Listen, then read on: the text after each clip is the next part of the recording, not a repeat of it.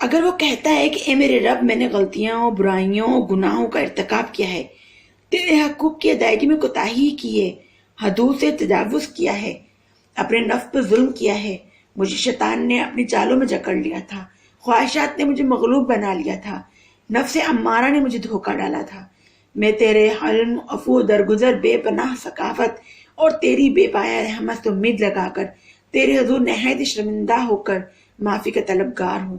اے اللہ، مجھے معاف کر دے، میری غلطیوں سے درگزر فرما دے، میرے ساتھ نرمی کا معاملہ کر، تیرے سوا میرا کوئی رب نہیں ہے اور میں تیری ہی بندگی کرتا ہوں۔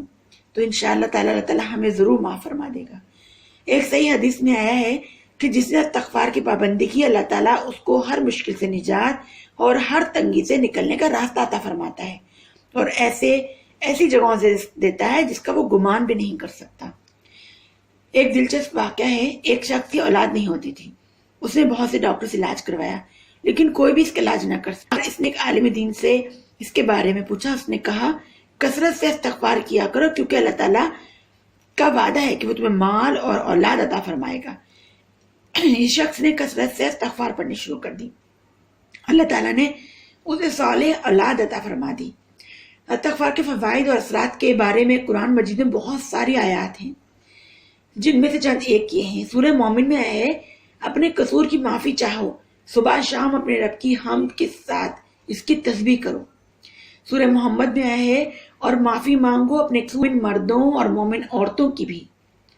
سورہ نساء میں آیا ہے کہ اللہ سے درگزر کی درخواست کرو، وہ بڑا درگزر فرمانے والا رحیم ہے۔ ان کے لیے ان کے رب کے پاس باغ ہیں جن کے نیچے نہریں بہتی ہیں، وہاں انہیں ہمیشہ رہنا ہے، پاکیزہ بیویاں ان کی رفیق ہوں گی، اللہ کی رضا سے وہ سرفراز ہوں گے۔ اللہ تعالیٰ اپنے بندوں کے رویوں پہ گہری نظر رکھتا ہے، اور وہ لوگ جو کہتے ہیں کہ مالک ہمیں ایمان لائے، ہماری خطاؤں سے درگزر فرما، ہمیں آتش دوزخ سے بچا، یہ لوگ صبر کرنے والے ہیں، راست باز ہیں، فرمانبردار اور فیاض ہیں، اور رات کی آخری گھڑیوں میں اللہ سے مغفرت کی دعائیں مانگا کرتے ہیں۔ یہ ترجمہ تھا سورہ آل عمران کی ایک آیت کا۔ ایک سورہ آئی ہے سورہ انفال میں، اس کا ترجمہ ہے اس وقت تو اللہ تعالیٰ ان پر عذاب نازل کرنے والا نہ تھا جبکہ تو ان کے درمیان موجود تھا، اور نہ اللہ تعالیٰ یہ قاعدہ ہے کہ لوگ استغفار کر رہے ہوں اور وہ ان پر عذاب دے۔ اس کا مطلب یہ ہے اللہ تعالیٰ سے اگر استغفار کرتے رہیں گے تو انشاءاللہ تعالیٰ اللہ تعالیٰ ہمیں عذاب میں مبتلا نہیں کرے گا، ہمارے گناہوں کو بخش دے گا۔ اور جب فرمایا ہے کہ تم میں سے کسی شخص کا اونٹ ایک بے آب و صحرا میں گم ہو گیا، اور اس شخص نے کھانے پینے کا سامان ابھی اسی گم ہونے والے اونٹ پر ہی لادا ہوا تھا۔ وہ شخص چاروں طرف ڈھونڈتا پھر رہا ہے اور مایوس ہو چکا ہے، وہ اپنی زندگی سے بے آس ہو کر کسی درخت کے نیچے موت کے انتظار میں لیٹا ہے۔ ٹھیک اسی وقت وہ اپنے اونٹ کے سارے سامان سے لدا ہوا اپنے پاس کھڑا دیکھتا ہے، تو تصور کرو اس کو کیسی خوشی ہوگی۔ تمہارا پروردگار شخص بھی کہیں زیادہ خوش ہوتا ہے جب تم میں سے کوئی بھٹکا ہوا بندہ اس کی طرف پلٹتا ہے اور گمراہی کے بعد پھر وہ فرمانبرداری کے روش اختیار کرتا ہے۔ ایک موقع پر کچھ جنگی قیدی گرفتار ہو کر آئے، ان میں ایک عورت بھی تھی جس کے ساتھ دودھ پیتا بچہ تھا۔ وہ ممتا کی ماری ایسی بے قرار تھی، اس کا بچہ اسے چھوٹ گیا تھا۔ جس چھوٹے بچے کو پال لیتی، چھاتی سے لگاتی اور اس کو پیار کرنے لگتی۔ اس عورت کو یہ حال میں دیکھا تو نبی نے صحابہ کرام سے فرمایا کہ کیا تم توقع کر سکتے ہو کہ یہ ماں اپنے بچے کو خود اپنے ہاتھوں سے آگ میں ڈال دے گی؟ صحابہ نے فرمایا یا رسول اللہ، خود پھینکنا تو درکنار، وہ اگر گرتا ہو تو بھی جان کی بازی لگا کے اس کو بچا لے گی۔ اس پر ہمارے نبی نے فرمایا خود اپنے بندوں پر اسی طرح رحیم اور مہربان ہے جتنا کہ یہ ماں اپنے بچے کے ساتھ مہربان ہے۔ نبی صلی اللہ علیہ وسلم نے فرمایا کہ سارے کے سارے انسان خطا کار ہیں، اور بہترین خطا کار وہ ہے جو بہت زیادہ توبہ کرنے والا ہے۔ حضرت ابو ہریرہ رضی اللہ عنہ سے روایت ہے کہ میں نے رسول اللہ صلی اللہ علیہ وسلم سے یہ کہتے سنا کہ میں اللہ تعالیٰ سے دن میں 70 سے زیادہ مرتبہ معافی مانگتا ہوں۔ حضرت شداد رضی اللہ عنہ سے روایت ہے کہ نبی کریم صلی اللہ علیہ وسلم نے فرمایا کہ استغفار یہ ہے کہ بندہ اپنے رب سے دعا کرے کہ میرے اللہ تو میرا رب ہے، تیرے سوا کوئی معبود نہیں، تو نے مجھے پیدا کیا، میں تیرا بندہ ہوں، جتنا بس میں ہے تجھ سے عہد و پیما پورا کرتا ہوں، میں تیری پناہ چاہتا ہوں، جو کچھ کیا اس کے شر سے اپنے اوپر تیری نعمتوں کا اعتراف ہے اور ساتھ ہی اپنے گناہوں کا اقرار بھی، بس مجھے بخش دے، تیرے سوا کوئی گناہوں کو بخشنے والا نہیں ہے۔ جس شخص نے دن کے وقت پورے یقین سے دعا کی، اسی روز شام سے پہلے فوت ہو گیا تو وہ جنت میں جائے گا۔ جس شخص نے رات کے وقت پورے اعتماد کے ساتھ اللہ سے دعا کی اور صبح پہنے ہونے سے ہی پہلے فوت ہو گیا تو وہ بھی انشاءاللہ جنت میں جائے گا۔